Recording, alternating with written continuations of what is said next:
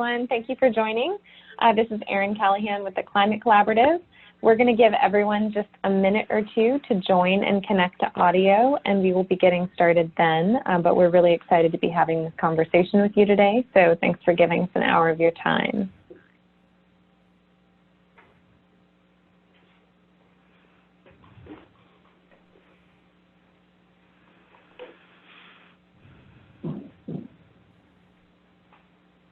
And just a quick note to our panel, if you guys want to mute yourselves until we get started, feel free to. All right, it looks like we have a crowd of people joining. So I'm going to go ahead and get started because we have a lot to get through today and a lot of conversation.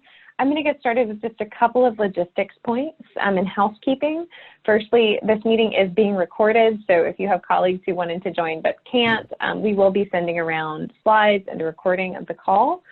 So don't worry about that. And secondly, we want this to be interactive. We're going to be having a fantastic discussion today, I think, with our panelists, and we want to invite your questions. So if you do have questions, you'll see a Q&A box and a chat box at the bottom of your screen. We encourage you to make use of that. So feel free to submit any questions throughout the conversation. We might integrate your questions in the course of talking, or we'll definitely leave some room at the end as well. So feel free to get those in. Okay, so with that, you know, I'm really excited to be having this conversation. This builds on something we started at Supply Side West, which is a partnership with AHPA and American Botanical Council Sustainable Herbs program, digging into how this part of the industry can tackle climate change. And so I come at this from working as the director of the Climate Collaborative. And I wanted to start with just giving you a little bit of background on the work that we do and how you can get involved. So with that, I wanted to first just kind of lay out the issue and why we're here talking about climate. You can see a Paul Hawken quote here. Some of you might have heard of Project Drawdown. He has a quote that's, no industry has a bigger impact on climate change than agriculture and food, both as a source of the problem and as a solution. And there's been just an incredible amount of data over the past few years, making this clearer than ever. If you count land use and deforestation alongside agriculture, you're looking at about 1/3 of global emissions. And so this isn't a small problem. And the food sector and kind of any company with agricultural supply chains is going to be critical toward creating solutions. And when you look at the urgent need for action, you can also see, you know, I think this past couple of years has been a real wake-up call for a lot of us. It's been really clear in the increase in extreme weather patterns and natural disasters that climate change is already impacting communities, companies, and their supply chains, and that we don't have time to not work together. It's also been an incredible year with Greta Thunberg and the incredible youth movement on climate. We're just really at a moment in time when people are waking up to the urgency and scale of the problem and wanting to really create solutions and work together in doing so. At the same time, consumers are waking up and voting with their dollars. 7 in 10 voters want to see companies do more. 70% of millennials say companies' environmental practices impact their purchasing decisions. We have so much information about why this all matters. And I think what we've seen is companies also really waking up to the urgent need for action. And so, you know, we launched the Climate Collaborative to try and address that. And what we're doing is inviting companies to step up and make public commitments. It's free to do so, to send a message to the industry of, hey, we're taking this seriously. We know we need to be acting, and we want to learn from our peers and move forward with them. And we're part of this whole industry movement doing so. And so we launched about 3 years ago at Climate Day at Expo West, and it's just been incredible the work that we've seen so far. So we have about 460 companies who've made climate commitments, and they've made over 1,750. So it's real, it's happening. Companies are responding. We're really excited because we think that there's no part of the food sector and no industry generally more well-placed to be responsive. We work with really innovative companies who might be small, but they're agile and innovative and have a lot of solutions that kind of change the way the food sector can address climate change. We work with the full supply chain. You can see here, we have a fantastic sample on the call here, but we work with brands, distributors, retailers, manufacturers, producers. We're really trying to bring together a whole of supply chain approach. Our model is Commit, Act, Impact. And these are the 9 ways companies can get involved. So my hope on the call today is that building on the conversation that we're going to have, you guys, everyone on the call, thinks about ways that they can engage more deeply and think about making a commitment in one or more of these areas. Companies can make one or more. Again, there's no cost. We're trying to really just create a community and network of companies who can go deeper together. And we look at agriculture, packaging, food waste, renewable energy, climate policy advocacy, a lot of the issues that a lot of you are probably already thinking through. You can make a commitment just quickly on our website. By clicking Make a Commitment on the Take Action site. We'll send this around after the call. And my call out to all of you, my challenge is to make a commitment before Climate Day 2020. We are currently at 460 companies. We want to get to 500 by Climate Day. And we want this part of the industry to be the group of companies who help us get there. And we want to highlight you on Climate Day. It's a huge day at Expo West where we had 900 people last year. We had Patagonia founder Yvonne Chouinard give the keynote last year. This year is going to be just as great, if not better. And we really hope that, one, you'll all be there, and two, we can announce public commitments that you've made. So I hope you'll consider it. And then just a quick few other things that we do. Once companies make commitments, we host webinars like these. We want to connect companies to solutions. So we have monthly webinars. We connect companies to partners, to solutions providers. We have virtual communities of practice. We want to then provide pathways to companies to learn from each other and learn from experts and go deeper in their work and kind of help companies capacity build as they work toward implementation. So we also try really hard to tell stories of leadership. You'll hear some on the call today, but we also just want to shout out great work that's happening in the industry, get companies excited about what their peers are doing. We are able to do this all thanks to our donors. It's why we're able to keep it free for everyone to join. So I do want to take some time to just send out tremendous thanks to the donors who enable this work across the industry. And with that, I want to move quickly over to our discussion. You can see here we have a fantastic group of speakers. I'm really pleased today to be joined in co-moderation with Holly Johnson from AHPA. We also have Aveda Traditional Medicinals and Wish Garden Herbs all on the phone who all have fantastic stories. So thank you to Cindy, Joseph, and Aaron for joining as well. I'm going to kick off the discussion, and I'm going to stop sharing my screen so that we can see our panelists. I invite everyone on the call, if you are currently logged on to your computer, if you go up to the right-hand corner of your screen and click on Gallery View, you'll be able to see all 5 of us at once. So that's a bit of Zoom needing to play with the platform, but that will enable you to see us all better. So I'm going to kick things off, and then I'll pass it off to Holly. But you know, I wanted to start off with just a question of our panel. I want to start off by grounding us in kind of your climate journeys. You know, we're obviously going to be having a discussion around your sourcing practices and going a bit deep today and in the weeds. But to get things started, can you just each ground us in what your climate and sustainability journey has looked like and how you've started determining priorities? Erin, maybe we can start with you. And you're muted right now, so you might want to unmute yourself. I was always worried about that because I always forget the mute button. Sure. So Wish Garden Herbs, you know, this is our 40th anniversary, so we've actually been around for quite a long time. And definitely Catherine, who started it, would say that sustainability was part of what created her journey in wanting to do this, to work with the earth. And I think a lot of people in the herbal industry can relate to that, you know, to be able to work with the plants and to care for it. So it's definitely been a part of our journey from the beginning in many ways, but for a large portion of that, we were a small local company and using a lot of regionally specific herbs. And it's really the past 20 years that we've been growing, and even the past 10 years that we've had a lot of rapid growth, and we're now national. And so that raises quite a lot of questions for us, is how do you keep doing what we want to do and grow in that way and be sustainable, especially with these herbs that we're using, some of them that are more local, and now we're taking it to a bigger platform. How do we keep doing that in a way, you know, that sticks to our values and make sure that we're doing it the right way? So, you know, we've been having to ask a lot of hard questions, and sometimes that means even reformulating some of our great formulas because it wasn't working with the herbs to take them in a national level and to take them in that way.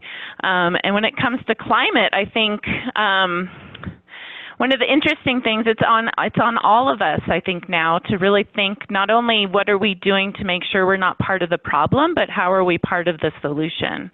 And so I think that's been important for us here at Wish Garden and for me here at Wish Garden as well. And the working with Climate Collaborative and AHPA and a lot of other groups, it's been really helpful in that climate journey to figure out how can we also be part of the solution, not only making sure we're not a part of the problem.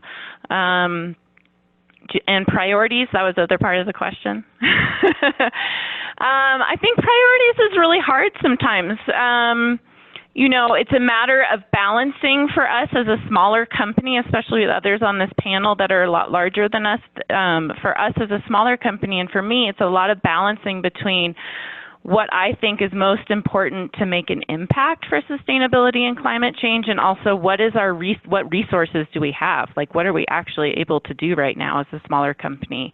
So it's this constant balance of finding that, measuring how, taking those first steps. Okay, this is the thing I think is most important, and can we do it? Or what part of that can we do now? So I'd say that is a big part of it, and choosing the priorities is just figuring out, it is a balance between what we need as a company to do, but also what we're able to do. Yeah, no, that really resonates. And I feel like we work with a lot of small and medium-sized companies. That makes up most of our network. And I think it's a real challenge for companies and can be very intimidating to start down a climate journey. And it seems like you have to be doing everything perfectly to make any sort of public statement. And I think moving past that fear and recognizing no one's at perfection yet, there is no no one's figured it out perfectly, and kind of still being willing to work towards setting, these are workable goals right now. Here's one focus area or two focus areas we can hone in on. Has been something that I've heard from a lot of companies. So it's really interesting to hear that journey for you. Cindy, I would be really interested to hear what Aveda's journey has looked like. I know it's been a bit different from Wish Gardens. She's muted. Cindy, you were on mute as well. have to remember to do that. Sorry. Yeah, Aveda has been around for more than 40 years now. Started a long time ago with plants as the basis for our products in personal care. And I've only been with the company for 16 years, but am helping to lead and direct research in natural products. So, sometimes we can go outside our window, in fact, right outside my window and gather plants, but mostly we're looking for ingredients that are going to be, available on a much larger scale.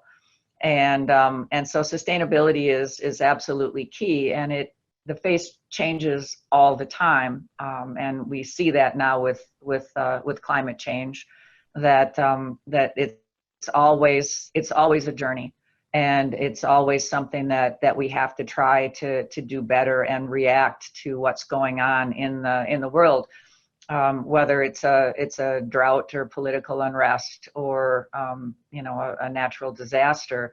You're always really looking to not only have a good primary source, but a good secondary source of sustainable material.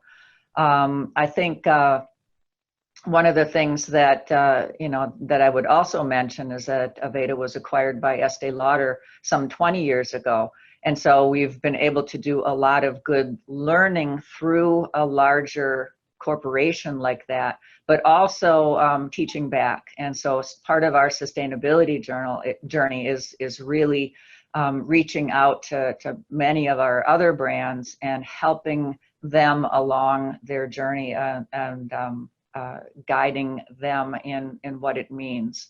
One of the things that is a little bit different for us in personal care, as in contrast to Wish Garden and traditional medicinals, would be I rarely source materials that are where the raw material, the raw plant material, goes directly into a product. We're almost always sourcing extracts.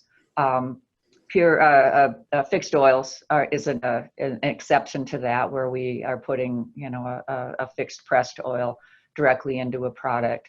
But from that standpoint, we're also looking for making sure that the excipients, the carrier in that material is sustainable as well. So we're looking for good and green extraction solvents and good carriers in addition to good plant material.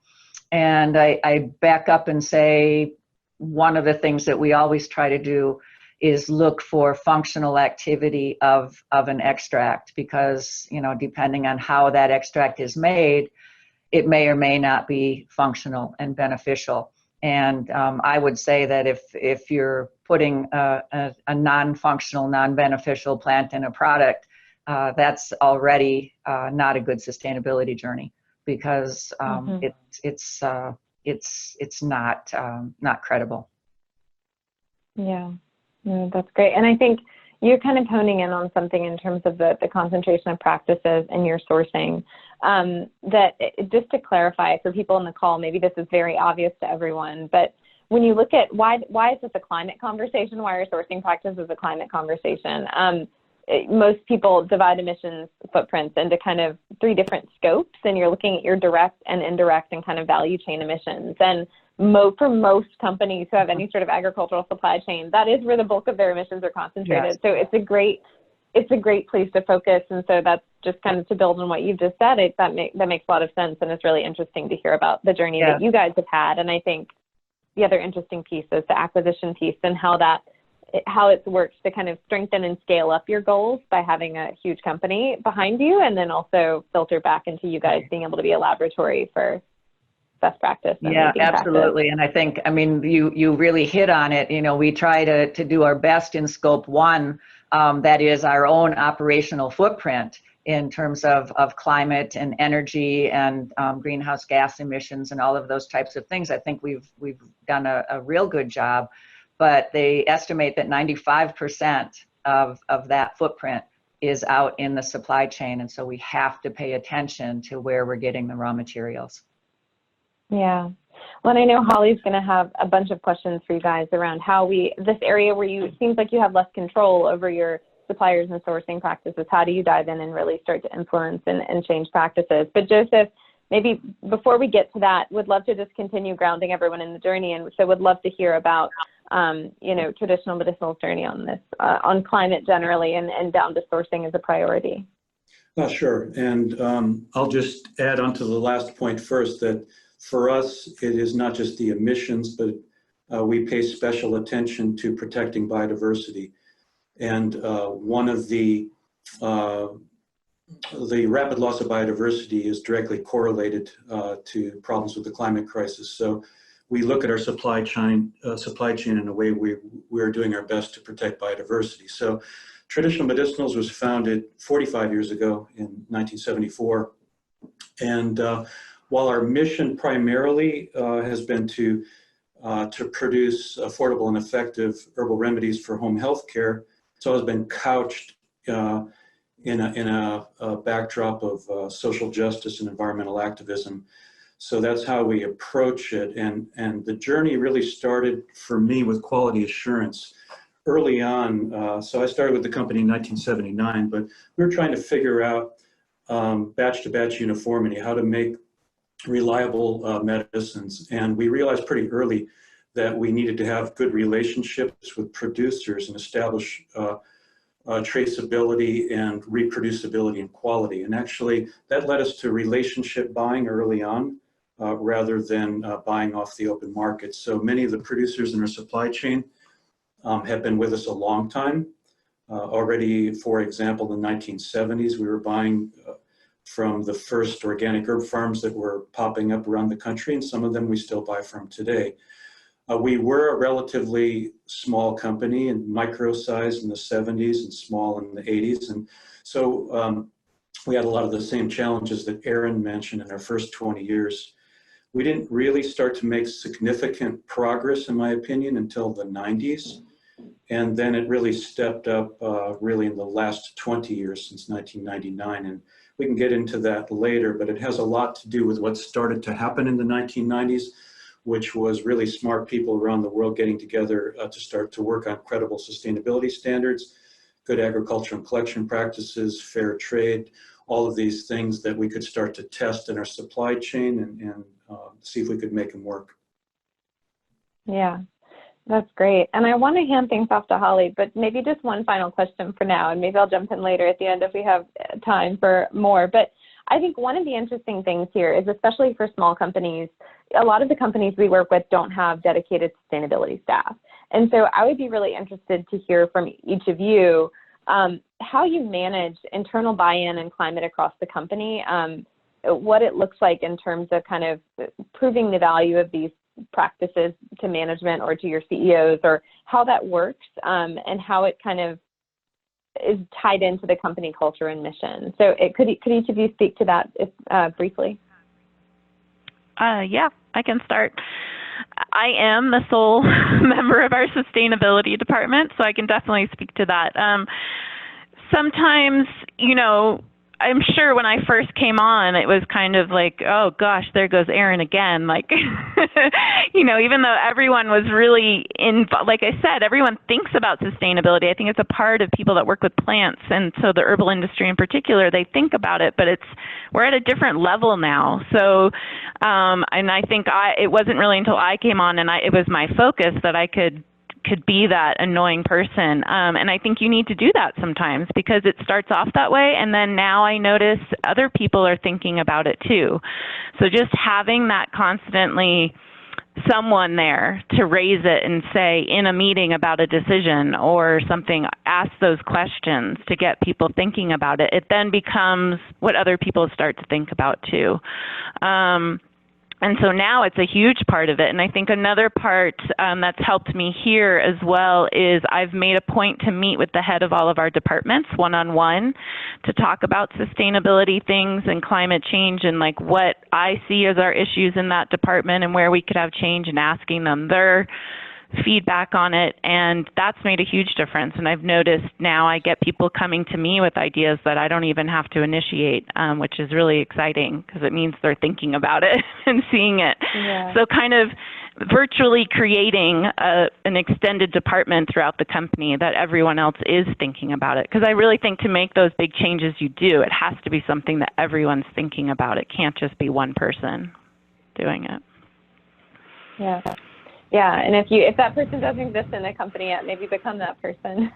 Yeah. Right, exactly. It doesn't have to be in your title. I would agree with that. It doesn't have to be in your title. Just be the person willing to ask the questions and bring it up. Yeah. Yeah. So I'll jump in, and I think it's a really good question because a lot of companies don't have a whole sustainability department. They may have one person, they have various people, but what I find is that almost everyone cares about environmental and social responsibility. And so that's, you know, you're starting from a good place right there. It's just a matter of putting a face on your supply chain to some extent. We see when we're using solar or wind power and we're conserving water and energy in our operational footprint, people see that, but don't always see the supply chain. And so there's a few ways to do that. You know, one of the things that AHPA has done over the years is tell sourcing narrative stories of really looking at the people that are bringing us our ingredients, our products, that we wouldn't have a company if it weren't for those people. And to start to really make the connection both with our network, our internal network, and also with our consumers, so that people care more deeply and see how is it that we can work. On the other hand, there's also the purchasing, the supply chain folks that are going out and buying the ingredients. They have always cared about a sustainable supply chain. It's just the definition of sustainability or consistency was I want to be able to buy the same plant next year for about the same price and the same quality. And so that sustainability aspect has always been of concern. And I think the supply chain, I know we've added a lot of people that are dedicated to sustainability now in the supply chain, because that sustainability isn't just consistency anymore. It's really about dealing with the social and environmental aspects that are changing so rapidly. So people have to be able to address those issues, and whether you have a department or not, you step up and help out in doing what needs to be done. Yeah.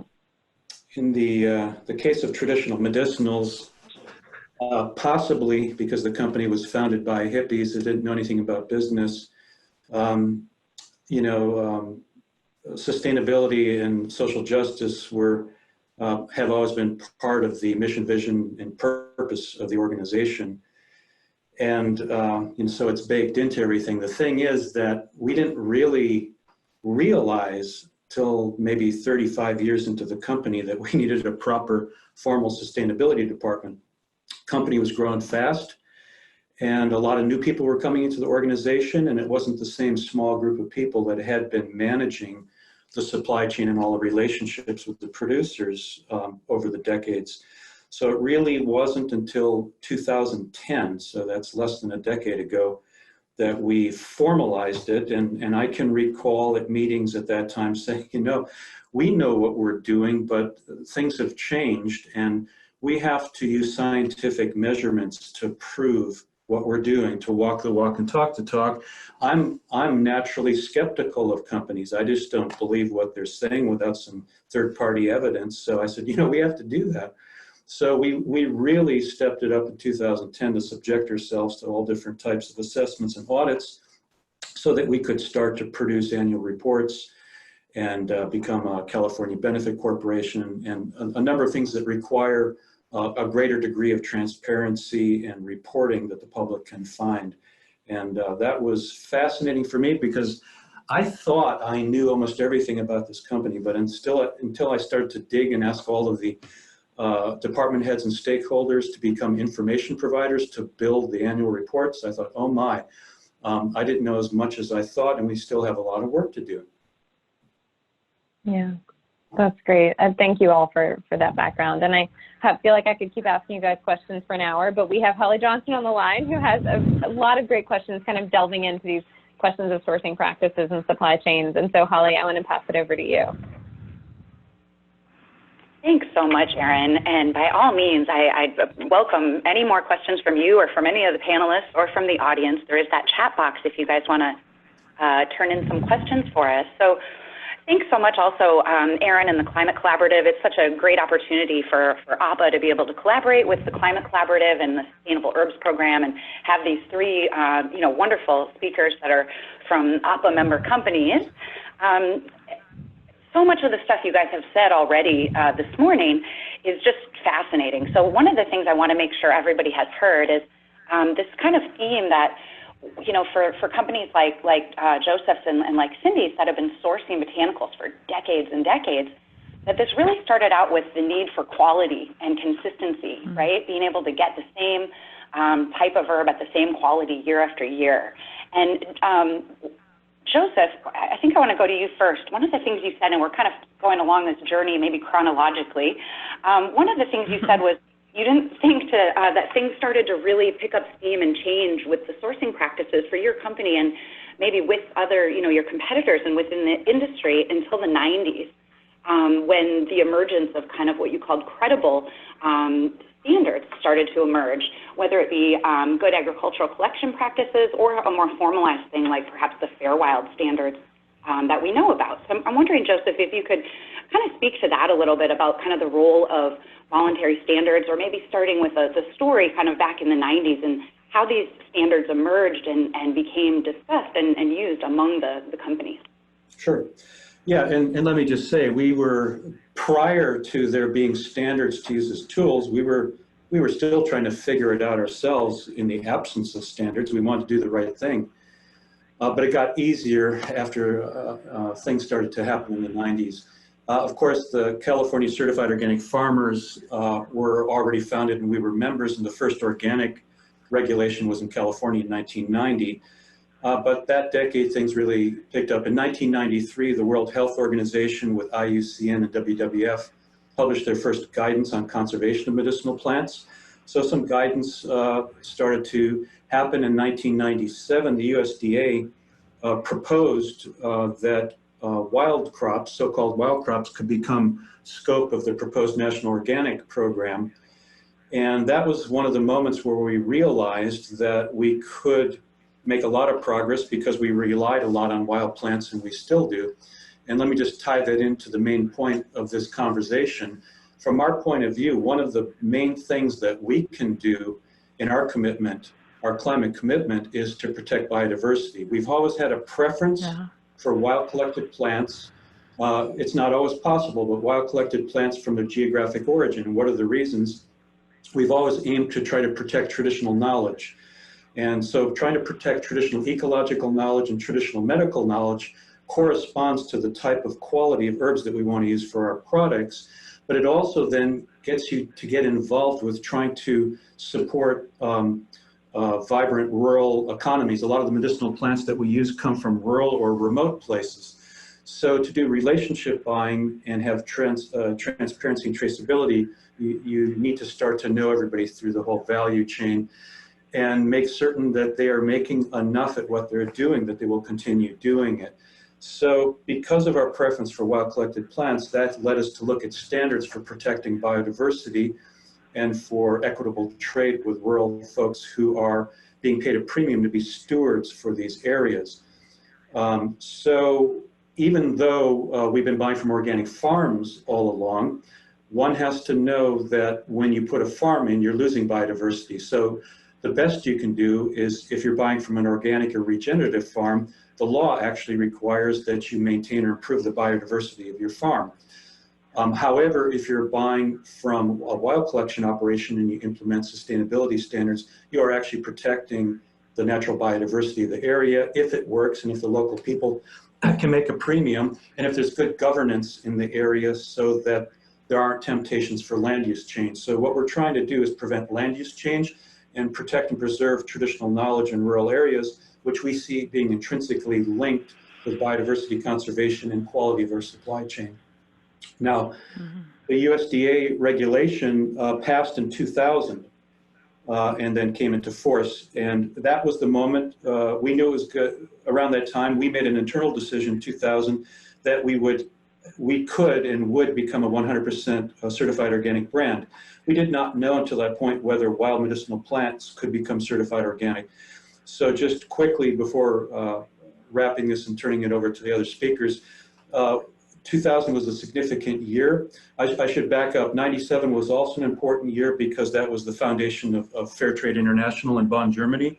And we realized at that point that we could start to test implement social and economic sustainability standards in our supply chain using the flow standards.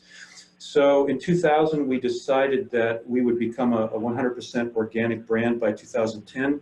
We actually pretty much accomplished that by 2006, but we got all of the wild collection groups in our network to start implementing the organic wild crop harvesting practice standard at that point.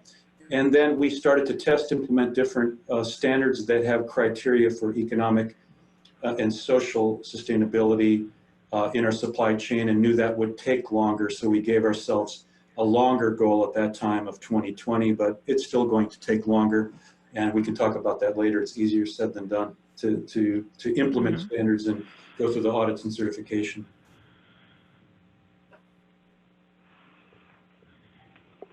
Thank you so much for that, Joseph.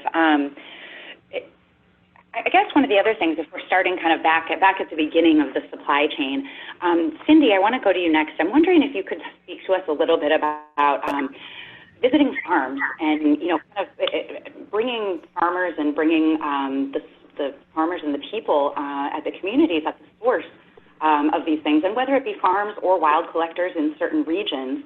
I hear a lot of stories from brands that once they started kind of visiting these regions, visiting their suppliers, their distributors, the actual farmers, they started noticing details and things that could actually, in the environment locally, right at the source, that could actually be preventing them from going farther in adhering to these GACPs, perhaps, or other voluntary standards that you are trying to get your farms in compliance with. So, Cindy, I'm wondering if you can talk a little bit about kind of that as a brand, how the stories about that, about visiting the farms and the source, and kind of how that has led you guys to, whether it be using standards, the kind of the traditional voluntary ones, or GACPs, et cetera? Yeah, I think I am on, right? Yeah. The visiting and getting on the ground where you're sourcing raw materials is such an important aspect. And I have to say, we audit and visit all of our primary suppliers, and not every year, not all the time, because there's literally hundreds of them. But we can't, it's important to be on the ground because you really see things work.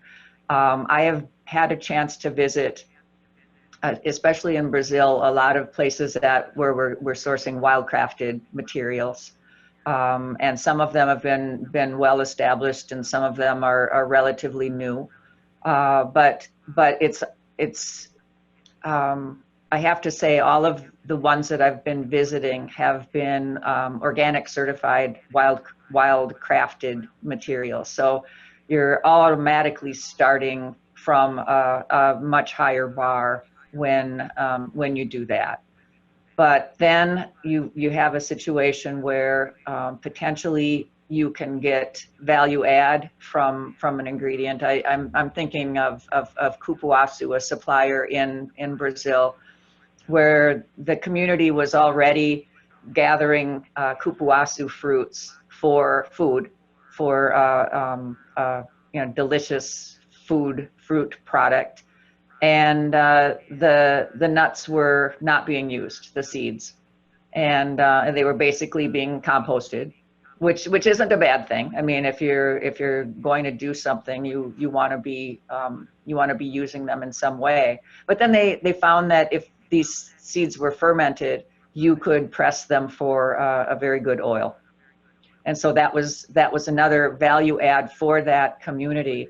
When in switching and doing the organic agriculture, you just see the benefits to the community, both economically, but also from health, health issues, where they're not using any kind of pesticides or herbicides.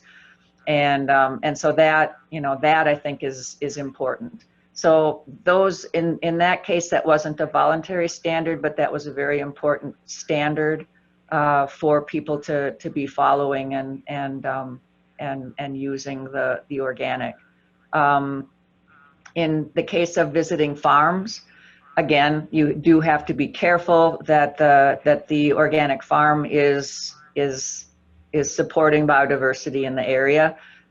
Visiting farms in India, we saw that happening. I've been very lucky that I haven't been to visit farms where I had a horrifying experience. Although that would be learning as well, because you want to be on the ground and seeing what's happening. You're thousands of miles away, oftentimes from your plant. And you want to be able to see that and verify it, that not only the agriculture is right, that the wildcrafting is right and sustainable, but that the processing is not ending up polluting a nearby water source or something like that. So I'm a huge proponent of getting on the ground whenever possible. Thank you so Holly, much. can I Yeah, Erin. Is that okay to answer that? As a smaller company, I just wanted to say that it's not always, it's definitely a goal of ours at Wish Garden that we can go and audit in person all of our suppliers and people that are doing it, but we're just not at the place where we financially and manpower-wise can do that. So I do want to say that I think that's when it's a smaller company, it's also really important to have that relationship building. So that means having a really good relationship with who you are dealing with, that you can ask all the questions you need to ask, and that you can have that trust there, whether that be working directly with a wildcrafter or a farmer, or you're working with a broker distributor, that you really trust that they're doing it the right way. because that's definitely, I wish I could go and see everything in person, and we rotate through it and pick priorities of who we think we really need to go visit. But I just wanted to add that piece from a small company standpoint. And I think that's really important to say too. I mean, I think, and that's when we talk about standards, knowing that your supplier is following voluntary or, third-party certified standards is really important in the relationship, because, we've all said this before, you do it one herb, one plant at a time. And you can't be perfect. None of us are perfect, and we can't be. The climate doesn't allow us to be, because there's always changes to be made. So you can't be afraid to get out there and take some actions and be afraid that you're not perfect, because you just have to get in there and do it.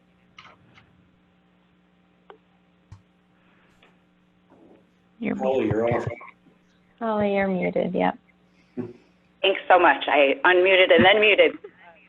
Anyway, thanks so much, you guys. That was fascinating. And I think I'm so happy to have Erin here from a small company perspective. And I think we'll come back around to that in just a minute.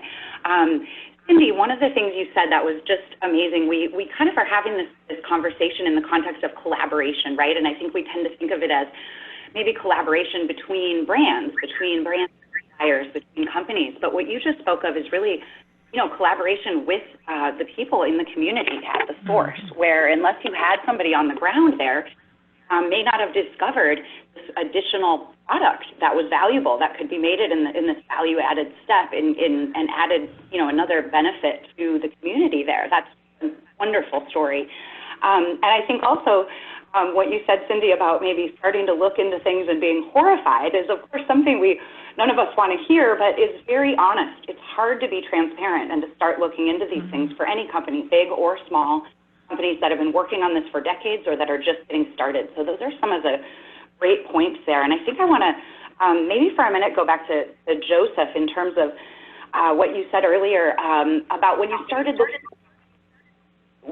trying to get data, really, you said you thought you knew everything about your company and started looking into actually collecting data and metrics there. And so I'm wondering, I'm a research scientist and I've always been really data-driven. But Joseph, I'm wondering if you could speak just a little bit more to some of the tools that you use in assessing sustainability in your supply chains, whether those are, standards or just other type of metrics. What type of data do you collect? Well, the supply chain's one matter. The place that I found the most challenging, because I had to learn a lot, was actually in our operations, where we manufacture the product. So in our supply chain, by the time we formalized the sustainability department around 2010 or so, we had already subjected the producers and the processors in our supply chain to a number of different standards that require audits. And we also prioritize our own inspections and visits. Now, we're getting herbs, about 120 herbs from about 40 countries. So like Cindy said, we can't go everywhere all the time, but we prioritize, and that's depending on where, it depends on the last inspection, what's needed, where help is needed, so that there's not enough hours in the day and enough people to go to every site every year. Because we started to set up a proper sustainability department in 2010, what I did systematically was to look at all the tools that were out there. What are all the assessment tools? What are the standards? How do companies measure themselves? And so, frankly, I subjected us to about 5 different independent assessments between 2010 and 2012 with the assistance of department heads here, so that we could start to rate ourselves and see how we did. And that was where I realized I needed to get a lot more data, and also to formalize policies. I shouldn't say this, it's a public forum, and I think there's 175 people on the call, but there were a lot of things that we did that we knew why we were doing them and how we were doing, but we were going for an audit to become a certified California green business. And gosh, we didn't have written policies for a lot of the stuff that were signed off by executive management. So we thought, oh, we have to do that. We know why we do what we do, but we have to write it down, and we have to have implementing procedures. We have to do all of this so that it can be audited. So that was that. With regard to the supply chain, yes, I can address that, because in the early 2000s, there were a number of different standards that were emerging, and we didn't know at that point which one was most relevant. And we soon realized that one size might not fit all. One standard developed by this group might be suitable for arid zone crops and another one for high altitude. And we just didn't know if they were all applicable in every ecosystem. So I can say that between the years of 2004 and 2008, I probably did drive a lot of people crazy in our supply chain and our partners, because I wanted to test implement multiple standards with certain producers. So it was a test to see what kind of data we could get out of it. So for example, licorice is a very important plant for us. It's in half of our products. It's most of the global supply is wild collected. It's wild collected in pretty remote places in the world. And so there was an emerging standard that the German government was funding in the early 2000s called the ISSC MAP, International Standard for Sustainable Collection of Medicinal Plants. And there was another initiative emerging around 2004 or 5 called the Fair Wild Initiative out of Switzerland. And we were also still playing with the Organic Wild Crop Harvesting Practice Standards. So I was having all 3 standards implemented at licorice sites and some other sites, as well as another standard that was being developed by in academia by some other people with some NGOs in another site. So we were actually paying for audits for a couple of years to audit against 3 different standards at the sites, and then I would look at the data and try to sort it out. All I can tell you is that I'm really, really happy that in 2008, the ISSC MAP and the Fair Wild Initiative merged and became one standard because it was a little bit unruly with both. But that's how we did it. We looked at the available tools. We did look at other ones and decided not to use them. There's no shortage today of voluntary sustainability standards.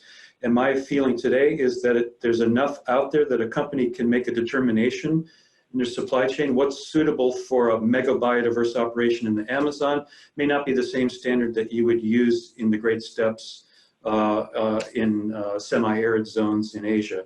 So just use what works, and I think that's where we've gotten to. Our policy allows as minimum criteria the use of probably 10 or 15 different standards that are out there. It doesn't necessarily have to be linked to certification. It's just these are the tools that meet our basic requirements for proving sustainability. Thank you so much, Joseph. And I think that brings up also another interesting thing kind of in the small versus big companies in the herbal industry. And, you know, as many of us know, with herbal companies, some companies can be using, you know, over 50 herbs, sometimes up to 200 different herbs. You know, this is quite a bit different from, say, Ocean Spray, right, who just has cranberries. So I think I want to go to Erin Smith from Wish Garden. And again, I so appreciate all 3 of you kind of being transparent about these things and talking about just the need to get better. So even the bigger companies like Traditional Medicinals and Aveda, who have been working on this stuff for decades, the fact that you guys, the experts, can sit here and still say, we don't have it all perfect, we're still working on it. I'm wondering, Erin Smith, if you could comment a little bit from a small company perspective in terms of, you know, I bring up the point of small companies and having many, many herbs. You're going to need collaboration with other companies, right, in a supply chain. You may not be able to buy all of one farmer's or one supplier's, you know, certain particular herb. And so from a small company's perspective, if maybe you're unable to, you know, just have the resources to do trials of 3 different standards with 3 different licorice suppliers, or maybe even go for a full kind of B Corp or fair trade ingredients, how do you approach that in a small company in terms of collaboration with other companies or collecting metrics and just moving forward as a smaller entity? I think what we do is we just start where you can. Like, it can get so overwhelming sometimes, all the things that are out there and all the things that you want to do, like the end goal. I'll be the first to admit there's a whole lot I wish we could be doing even more here. And I, you know, it's just, would encourage people, and I have to remind myself not to get discouraged. So just start. And, you know, and Joseph says this too, like, and Cindy just said it, pick one plant. So pick one plant that maybe is really a key herb that your company is using, and work with that supplier and see what you can do. If there's ways to collect the metrics and do that, that's fine. If it's even as simple as just asking questions and having a questionnaire that they need to, in working with you, to be answering yearly or however, to make sure that you know, they're aware that you're looking at those things and caring about those things. I think it can be really simple sometimes. It doesn't have to be that complicated, and that's a really beginning start. And then when you're able to get to doing standards and having more in-depth and great metrics, that's awesome. But I don't think it has to immediately start there. You know, we really want to be and are working towards being a B Corp, but we're not there yet.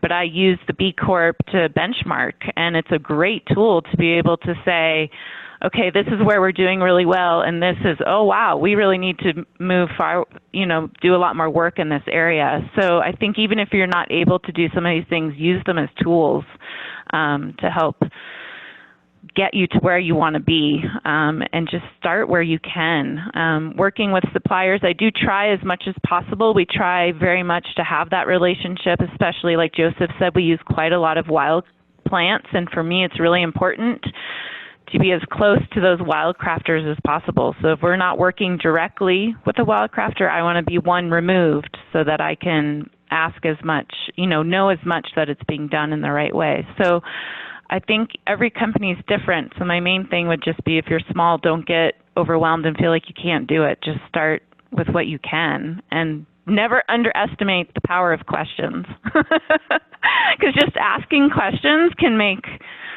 gets you so far, you know, sometimes in finding a lot of information you want, but also building that relationship with your suppliers, and that they know that that's important to you and opens the door to work with them.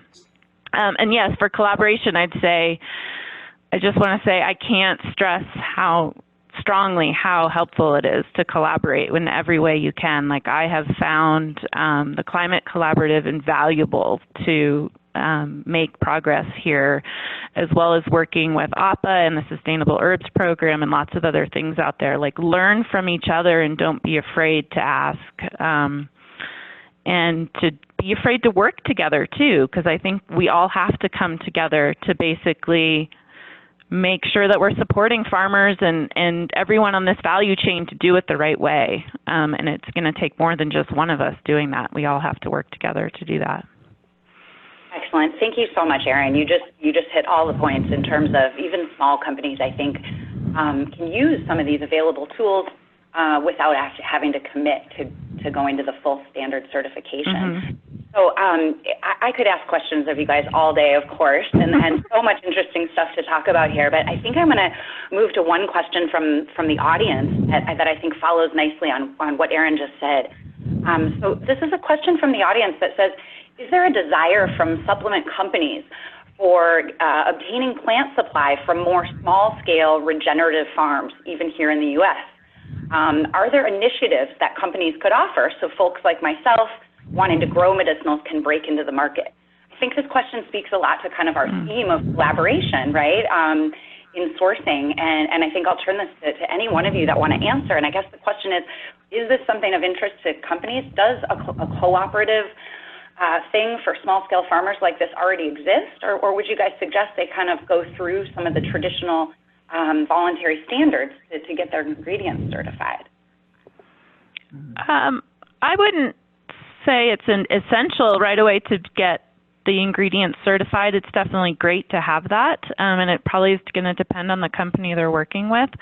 But I would say yes, there's absolutely a need for regenerative, whether on any scale, so small and large. And I know it's one of our goals that I've been working on is to try and source as much as possible that we get that is cultivated herbs, to let the farmers and the people we're getting that from know that we're really interested and really want to have regeneratively grown herbs, because I think for me it's not only a part that it plays in climate change and part of the solution, but I also think it can have a role, and I'm really interested, the scientist in me is interested in wanting to know what that does also for the quality of the plant from a medicinal standpoint, you know, because all herbalists will tell you they love wild plants as much as possible just for the efficacy and the richness of the medicinal compounds that they have. And can regenerative agriculture play a role in helping to find some of creating that in a cultivated scenario? Also with the biodiversity as well, like Joseph was talking about. So yes, there's definitely room for it. And they should just reach out to individual companies or, you know, just start the conversation basically. Thank you so much, Erin. We're getting so close to the end of our hour here. I'm wondering if I should turn this back over to Erin Callahan for some final questions for our wonderful panelists. Thank you, Holly. Maybe just 2 quick questions. First, there's another couple of themes that have come through in the questions that you guys submitted. So thank you for sending in those questions. Maybe one final question before I move to my actual final question is just the consumer piece. A lot of this involves expensive incentive programs or capital investments and different sourcing practices and certification standards and things like that. And part of the need is to then educate a consumer base who can create a demand market for this stuff. Can you talk about supplier transparency that filters down to the consumer and how you're starting to message some of this externally? And I invite anyone who has some thoughts, but maybe Cindy, we haven't heard from you in a while. If you have thoughts on this from a beta side, that would be interesting to hear. The transparency to the consumer of the supplier, is that what you're saying? It's supply chain transparency and how we start to build both just information provision to consumers and maybe start to tell that story in powerful ways too. Yeah. I mean, I think we've all heard loud and clear, and maybe personal care is a little later to the party than food and supplements, but consumers really want to see transparency in the supply chain. They want to know where their plants are from. And I think this is great for sustainable companies because we have stories to tell. And in fact, I think I mentioned that earlier too with telling sourcing narratives. We stopped saying stories because stories in a way kind of belittles what our suppliers and the people that are harvesting and collecting our plants are doing. It's a livelihood. And it's really important to support that. And I think consumers want to know that as well. They want to know that we care. They want to know where their supply is coming from. And so we do the best that we can to tell that story. It's tricky because again, you know, as we come back to climate change, you can put something in writing that says, yeah, you're getting your vanilla from Madagascar, and then there's a typhoon. And these are real stories, and then all of a sudden you're getting it from someplace else. So it's always a trick to tell that story truthfully. But we try to let people know as much as possible where things are coming from and how they're made, and that we're putting them in at levels that are gonna be functional. Yeah. I really like that approach. And we just have a minute left, and I want to thank Holly and all of our panelists for joining and remind everyone that we'll be sending around slides and the recording. But I want to thank all of you, and I think my last question was going to be around kind of advice that you have for the industry. And I think a couple of things that have come really clear out of this is find people who care about it in the company and allow them to be champions, or become the champion yourself. Ask a lot of questions, focus on relationship building, and start to look toward certification standards that can help build up your practices and give you a baseline to work off of. Any final, just quick one-sentence thoughts that you guys would want to share out for people on the call who are kind of looking to go deeper on this stuff? I would say just start. Go for it, Joseph. Yes. Curiosity and care is all you need. I mean, I'll just end with one of the reasons that companies like this were founded was to help save the world. So, and figure out everything else later. So if that's what you're trying to do, and we need it more than ever. Yeah. No, that's a really powerful sentiment to end on. Yeah. Sorry, go ahead, Erin. Yeah, I think just start where you can. And even if you're in a company where you feel like you're the only one that's thinking about it, just be that one. It only takes one to start it and start to ask the questions and point things out. So just start where you can and don't try get too overwhelmed with doing all of it at once. And I'm a big believer that we can be part of the solution. So. Yeah, I'm also a big fan of just set a goal, make a commitment, and then figure out how to implement it. And so coming out of this, we'll send out information, but I really do hope that you guys will consider joining the community that we've convened here through the Climate Collaborative if you haven't already, coming to Climate Day. It sounds like you're already a lot of you members of AHPA and Sustainable Herbs Program, but just start talking to your peers. Thank you all so much for joining. This has been such a great substantive conversation. I really appreciate everyone for joining, and especially huge thanks to our panelists. This was such a great discussion. Thank you so, so much for joining and sharing your stories. Thank you. Thanks, everyone. Bye.